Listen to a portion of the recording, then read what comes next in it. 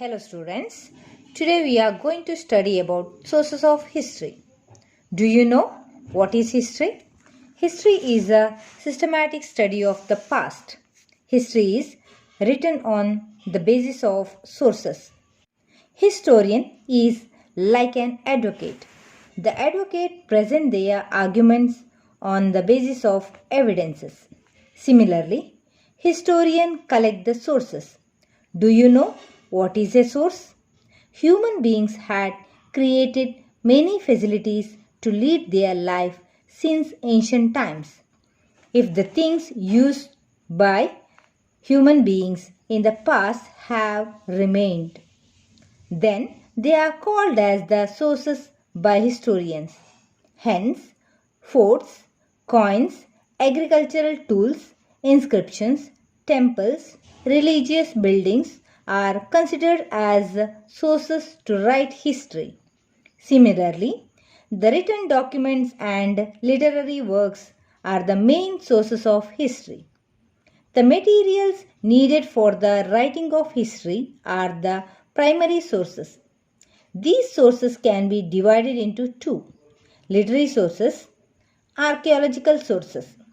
Now we'll see about literary sources. There are two types in literary sources. First one, written literature. Second one, oral literature. Written literature is the main sources of literary sources. It gives the information about the social life of the times of the writer. There are two types in written literature: native literature and foreign literature. The literature created by Indians in native languages is called as the native literature. Literary works in Sanskrit, Prakrit, Kannada, Telugu, etc. are the sources. For example, Kautilya's Arthashastra, King Hala's Gata Saptasati, Vishakadatta's Mudra Rakshasa, Kallana's Rajatarangini, Banabhatta's Harshacharita, etc. named as native literature. These works show contemporary, social, religious, economic, cultural and political life of people. Foreign literature. Many foreigners who visited India as travelers, ambassadors, businessmen, officials and missionaries have recorded their observations and experiences in their works. These works are considered as foreign literature. Megasthenes' Indica, Fahen's Gokoki, Huensang's Siyuki, Ptolemy's Geography, Ferishtah's Tariq-e-Ferishta, Babur's Tuzuk-e-Babari, etc. are important sources. Now we will see about oral literature.